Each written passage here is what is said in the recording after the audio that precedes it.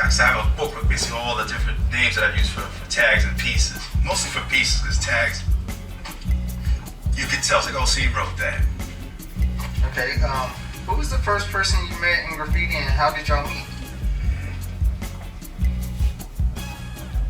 I really can't put my finger on that. Who was the first one I met? I know the first person I met, it was Mr. Mean, but let's keep going. What crews are you down with? Okay, of course TC5, TMT, TFP, TDS, PHK, TC.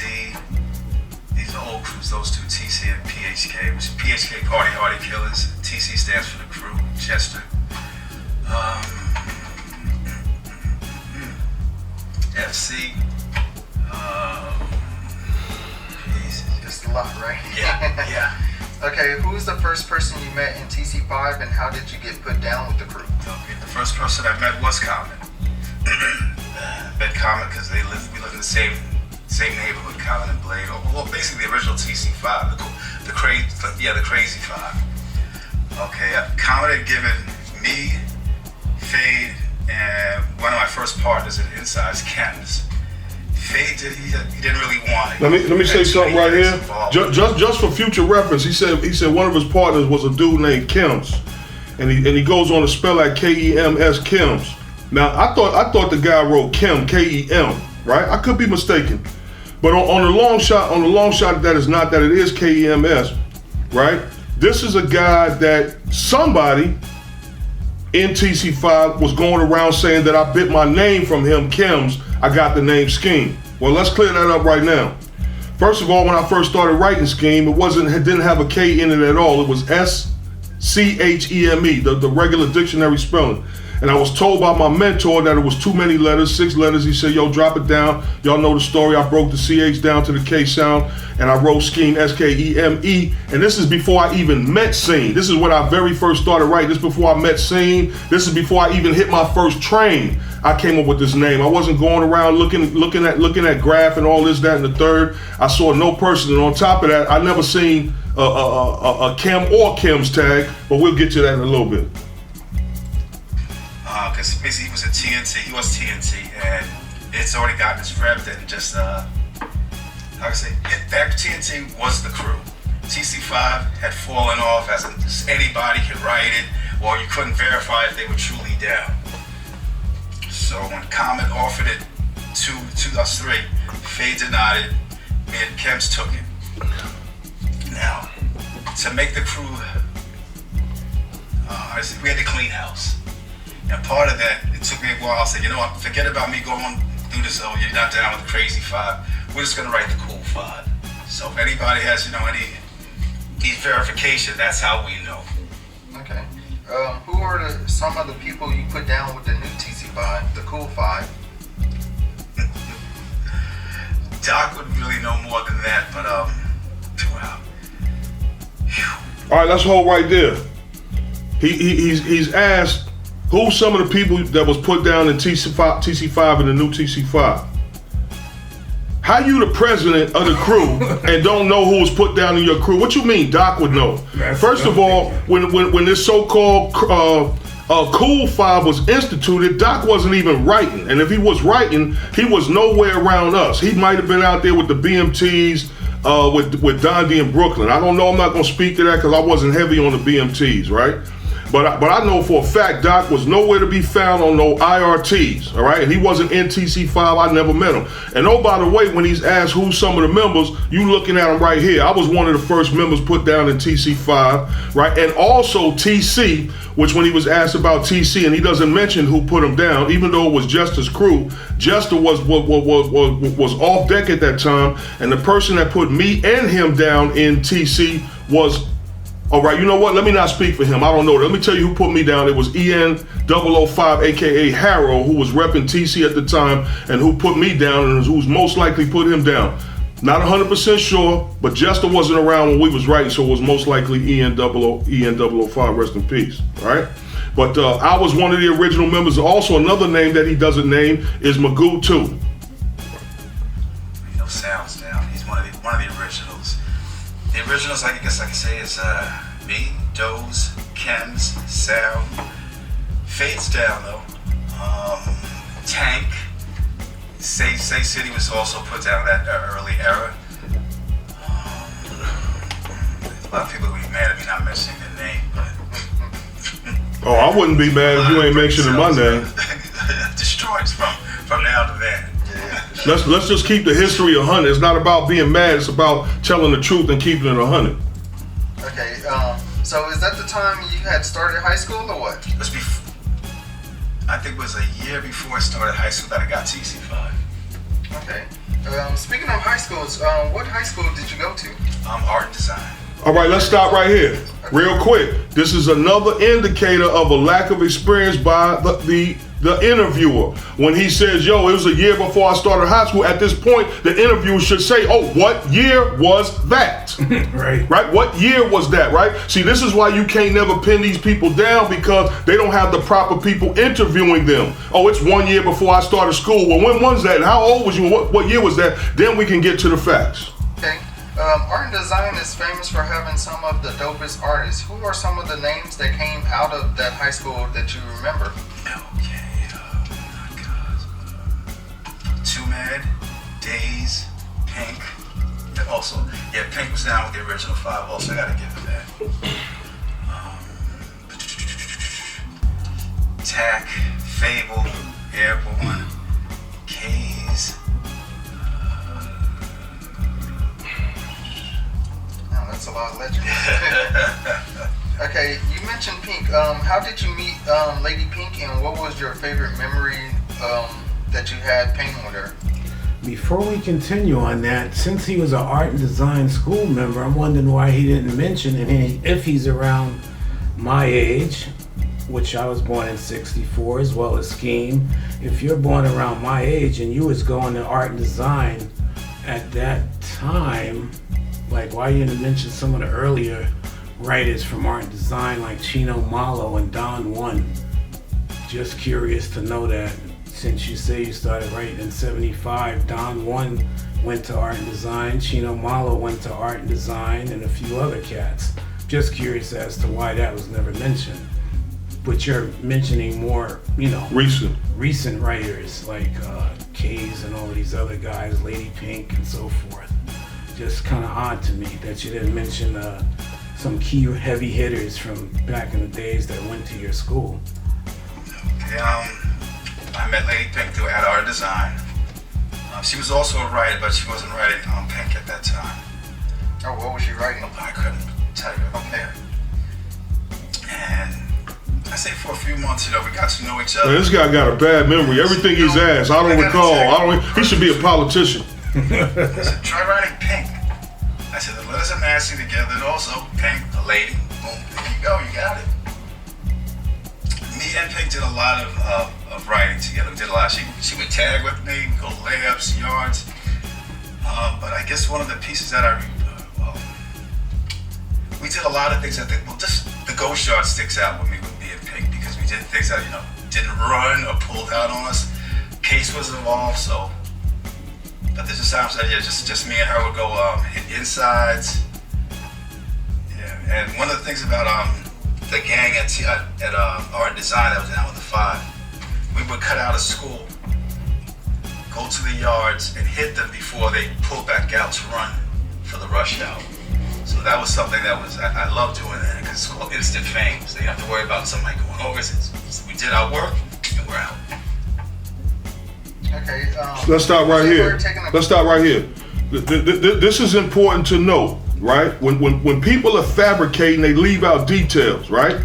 Because if you ask Scheme that, Scheme will be like, yo, we used to break out of lunch, go out the side door. Yo, we used to catch the 6 train and make it to the ghost yard. Sometime we would take it out. Yo, it's not the yards. What do you mean we used to go to the yards? What yard did you go to do this lunchtime bombing? Yo, we need to hit a yard. See, when you don't name these things, see, this makes it difficult for people to determine if it even makes sense, right? It's just like the OJ. They got to trace the steps. The OJ trial, they got to trace the steps and see if OJ had time to hop over the bushes, climb behind the building, drop the glove and all that. It don't make sense. So once again, the interviewer fails because the interviewer is not nailing them down. If somebody told me, oh, yo, I used to break out from lunch and go to the yard. First of all, what yard is near Art and Design, right? That's what we need to know. If we keeping it 100, we telling the history, let's tell the facts. Right, and you just got to know what questions to ask as an interviewer. You have to know your history and also be able to pull the greatness out of the person that you're interviewing to be a good interviewer.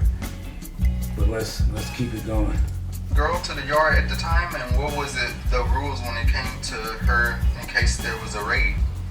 She handled it like anybody else. It's like, you're down with us, you gotta handle it like a man. And she was good. She kept up. She didn't panic. We basically had each other's back. Okay, what lines did you write on, and did you king any lines? Okay, I came 2s, 5s, Ds, CCs, and I don't know if the B was running. Yeah, we'll just say that the B's. Yeah, let's just say. Let's hold it right there. Okay, like my stomach is turning just listen to this. 2s and 5s. Let's talk. Let you take over. You got it. 2s and 5s. You started writing in 1975. Officially, you started getting up or kind of writing on the trains in 76. That's my era when I started. If you were kings of 2s and 5s, at what time did this take place? Because me and Teen was well known by everybody for being kings on the insides, 2s and 5s. And by 77, 78, 79, we started making our way to the outsides on 2s and 5s. So when were you king of the 2s and 5s on the insides? I can name people that came after me that was kings or got up a lot, which was, people you even know, Q, EC3. You wasn't king when they was up on the insides, because they was up on the insides when I was up on the insides. You wasn't up on the insides when Scheme and Age was bombing the 2s and 5s, because they damn sure tore up the 2s and 5s. So when, I'm trying to figure out when you was king, but I can't remember that. Well, you can't remember because it didn't happen. That's an easy explanation. But let's go into that a little bit more. Like King K said, 75, 76, and definitely 77, they was the undisputed kings. Teen, Cade, Kelson, EC3, oh my goodness, man. TMT crew destroyed the insides of the 2s and 5s. But let's continue on past the period when Cade and them said they went to the outside. If you roll the 2s and 5s in that period, you know that nobody, very much like the 3s and the 1s, could have really claimed the insides of King on the 2s and 5s because they was bombed, right? It was very rare to catch clean cars on the 2s and 5s at that time. These cars was bombed later on, right? Bombed later on. So then the thing that he's not mentioning is the period when he was up on the 2s and 5s, me and him was partners. Remember that scene? But you conveniently leaving all of these things out. You wasn't doing this by yourself, right? It was me and you. Now this is after the time period. Maybe you rode with Fade, I don't know, whatever. But me and you had a little run, but you conveniently leaving that out, right? All right, but let's go deeper. Then when Agent came home, right? We're not even gonna go into that. When Agent came home, right? And me and Age partnered up, you was nowhere to be found after that. Me and Age took over the insides of the 2s and 5s. But notice, if you listen to any of my interviews, I never used the term kinged. Why? Because it was, for the most part, bombed. And really, in order to take over a line like that, the car's got to be fresh. This is not bombing on top of people's tag. You can't king like that. Okay, what was your best card you ever pulled out? Listen closely. He's asked, what's the best car you ever pulled out? Let me see. It had to be one done with Case, definitely.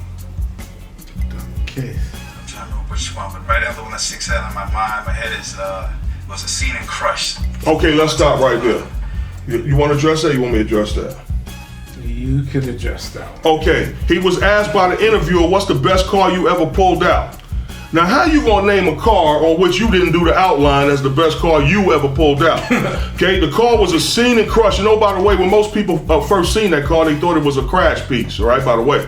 But anyway, it was a scene in Crush. Case 2, rest in peace, wrote wrote Crush, right? It was browns, nice beautiful car, browns, reds, couple yellow specks in there, little blues, and I could see the car like it's sitting right in front of me, right? Had some nice characters, which he will go on to explain. But the bottom line about that car is seeing you didn't do that piece. That's a computer rock style outline by Case 2. So how you name the best car you ever pulled out on a car that somebody else basically did the piece? Okay. And I had a character of me with a big afro with my arms folded with a big teardrop in one eye. That's 6. That's one of my favorites. Okay, what was it like going painting on the subway? Let's hold right there.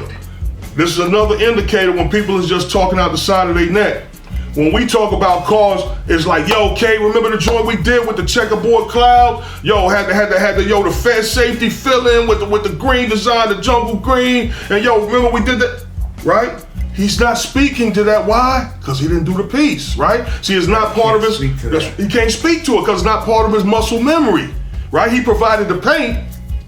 Right? And Case did the pieces, right? Anybody see the piece, you know that's Case's style, that's computer rock. But yet that's the best car he pulled out. And the reason that this has to be addressed because this gentleman goes on to talk about style and who's better. But let's get to it. Do you remember? Let's do it.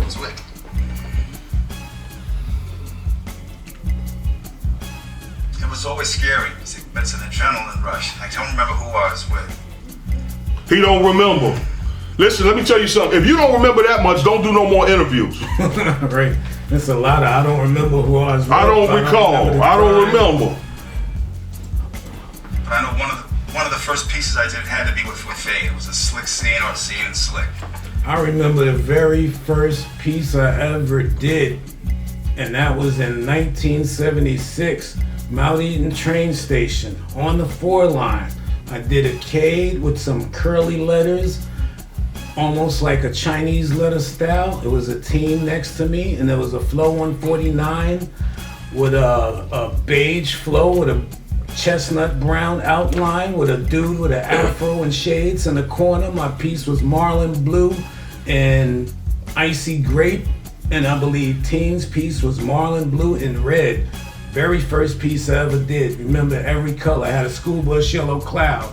I remember everything about the piece. That was my first piece.